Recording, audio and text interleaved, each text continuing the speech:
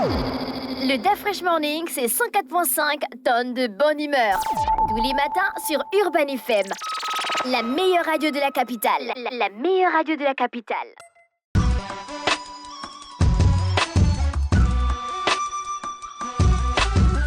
Vous êtes sur Urban FM 104.5, la station urbaine dans le DAF Fresh Morning, le réveil matinal le plus haut de la capitale sur la radio, la plus haute de la capitale. On a Jean-Paul pour l'actualité internationale. Bonjour Jean-Paul. Bonjour René. Comment tu vas? Ça va très bien. L'actualité internationale, on va dans quel pays aujourd'hui? On repart aux États-Unis pour là. essayer de décrypter la nouvelle candidature du côté des Républicains à l'élection présidentielle de 2024. Il faut savoir que le gouverneur de l'État de Floride, Ron DeSantis, a officialisé sa candidature à l'élection présidentielle 2024. Il devra donc passer par les primaires. Ça fait aussi un candidat de plus pour les primaires américaines qui auront lieu cette fin d'année pour désigner celui qui va porter les couleurs du parti pour affronter le candidat démocrate. De ce côté-là aussi, il y a aussi pas mal de candidats qui se sont déjà déclarés, même si on sait que pour l'instant, au moment où on parle, le président sortant Joe Biden reste largement favori. Mais ce qui est intéressant au niveau des républicains, c'est que jusqu'à l'arrivée de Ron DeSantis, qui a fait son annonce via un réseau social interposé, à savoir Twitter, au cours duquel il a échangé avec le patron et propriétaire du dit réseau social Elon Musk, première fortune mondiale. Avec lui, il a essayé d'échanger avec les internautes sur, évidemment, le slogan, en fait, sur sa vision en tant que candidat à cette prochaine élection présidentielle.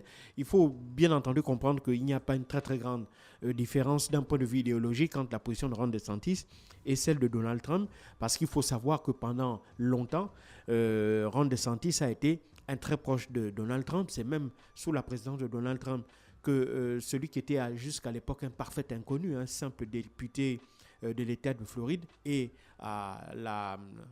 au grand étonnement de tous, devenu gouverneur de l'État de Floride en 2018. Et donc, c'est grâce au soutien de Donald Trump qu'il avait pu passer remporter in extremis cette élection-là. Et ensuite, il a fait de la Floride une espèce de laboratoire des idées républicaines, notamment en ce qui concerne l'immigration, en ce qui concerne, on se rappelle, lors des 2 années de Covid-19, la Floride était l'un des rares États aux États-Unis à ne pas appliquer les mesures sanitaires préconisées par l'État fédéral. Et puis, on a aussi sur la question du wokisme, notamment toutes les questions liées au wokisme. Dedans, il y a évidemment l'interdiction d'enseigner, par exemple, l'histoire de l'esclavage dans les écoles publiques. Il y a aussi la question, par exemple, liée au LGBT. Il faut savoir que l'État de Floride a pris un certain nombre de mesures visant à restreindre les pouvoirs, notamment la question du genre, parce qu'il faut savoir que les LGBT veulent changer le genre, faire la distinction entre les individus en fonction du sexe. Et donc, évidemment, Ron DeSantis a pris une loi pour protéger justement cette désignation, garçon ou fille, en fonction du sexe. Et puis, il y a aussi, bien entendu, la question, comme je l'ai dit, liée aussi aux armes à feu, parce que depuis l'arrivée de Ron DeSantis en Floride, il a considérablement levé toutes les restrictions concernant la possession d'armes à feu. Donc, c'est véritablement un gouverneur qui est très à droite, et donc, tout naturellement, d'un point de vue idéologique, il est très proche de Donald Trump, et il marche même sur les plates-bandes de Donald Trump, puisque son slogan, c'est « mener le grand retour de l'Amérique », ce qui n'est pas très différent, qui n'est pas très éloigné du slogan de Donald Trump, c'est « faire de l'Amérique encore un grand pays ». Donc ça, évidemment, c'est quelque chose qui va venir un peu bousculer Donald Trump, lui qui était jusqu'à la déclaration de candidature de Ron DeSantis, quelqu'un qui était loin devant en termes de sondage. Il reste toujours devant, confortablement, mais évidemment, il est clair qu'avec l'arrivée de Ron DeSantis, il y a un certain nombre de choses dont il va devoir tenir compte. C'est d'abord, le fait que Ron DeSantis est bien plus jeune que lui. Donald Trump est âgé de 77 ans. Ron DeSantis en a 44. Ron DeSantis a aussi quand même un passé d'ancien officier des Marines qui avait notamment opéré en Afghanistan. Il est un gouverneur très populaire, notamment en Floride, puisqu'il avait été réélu triomphalement il y a l'année dernière.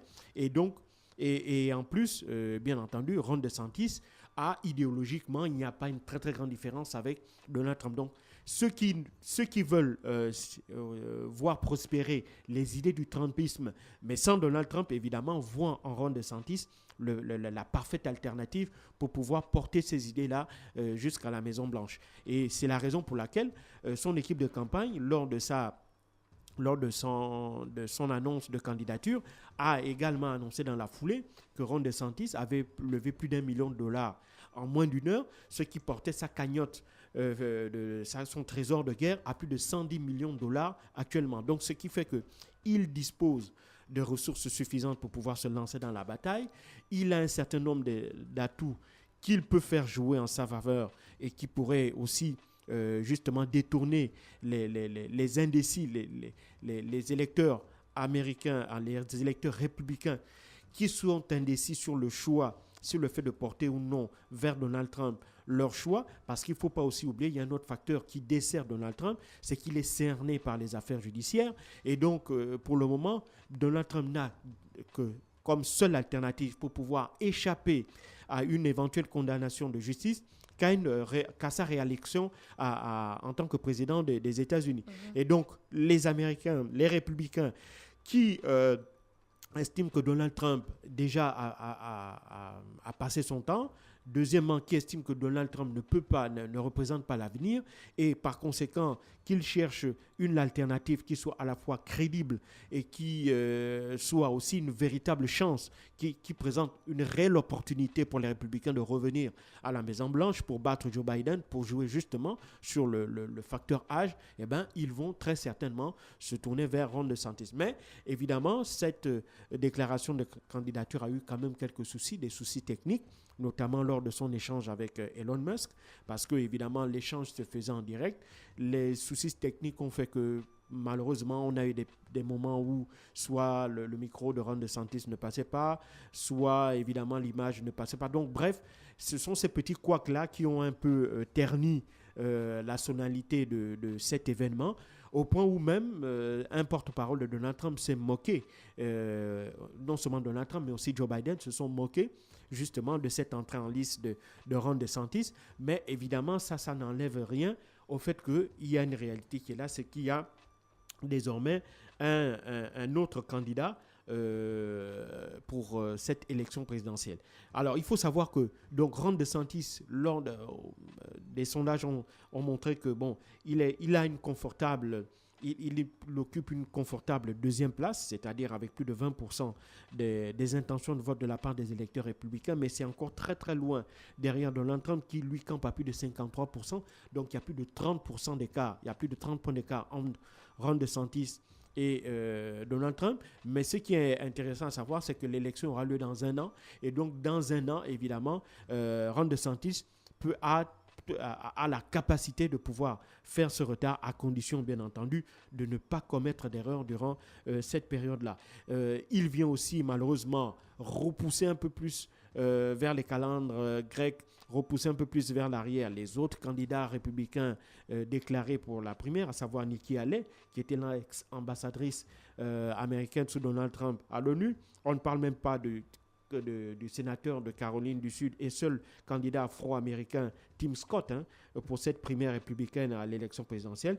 Et on ne parle même pas de Asa Hutchinson, qui est l'ancien gouverneur de l'Arkansas, qui lui aussi, ces trois candidats-là tournent aux alentours de 5% d'intention de vote. Donc, ils sont vraiment, vraiment loin derrière. Donc, ce qui est clair, c'est que la désignation du candidat républicain à la prochaine élection présidentielle va très certainement se jouer exclusivement entre Donald Trump et Ron DeSantis. Et donc, évidemment, pour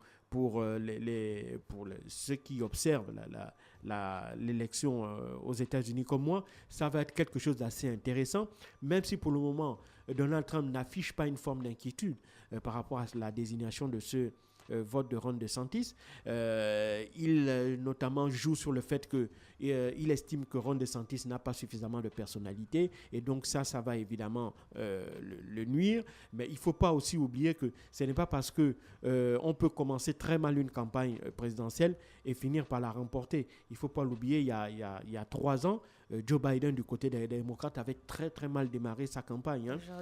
Et aujourd'hui, il est président des États-Unis. Donc, Ron DeSantis, il a la jeunesse, il a un certain nombre, il a l'électorat qu'il peut capter à Donald Trump s'il suffit de se poser comme une véritable alternative crédible à Donald Trump en jouant sur l'âge, en jouant sur son passé d'ancien Marines, en jouant sur ses résultats politiques sur le plan local au niveau de l'État de Floride, en jouant aussi sur sa capacité à pouvoir s'émanciper politiquement et idéologiquement de Donald Trump pour pouvoir montrer qu'il a la capacité lui aussi de pouvoir gouverner les États-Unis d'Amérique. Donc, s'il parvient à jouer sur ces facteurs-là, il est clair que Donald Trump aura des soucis à se faire pour la suite de sa campagne électorale. Merci Jean-Paul pour l'actualité internationale. On fait un tour en musique et on se retrouve pour la suite des programmes. Le Da Fresh Morning, c'est 104.5 tonnes de bonne humeur. Tous les matins sur Urban FM. La meilleure radio de la capitale. La meilleure radio de la capitale.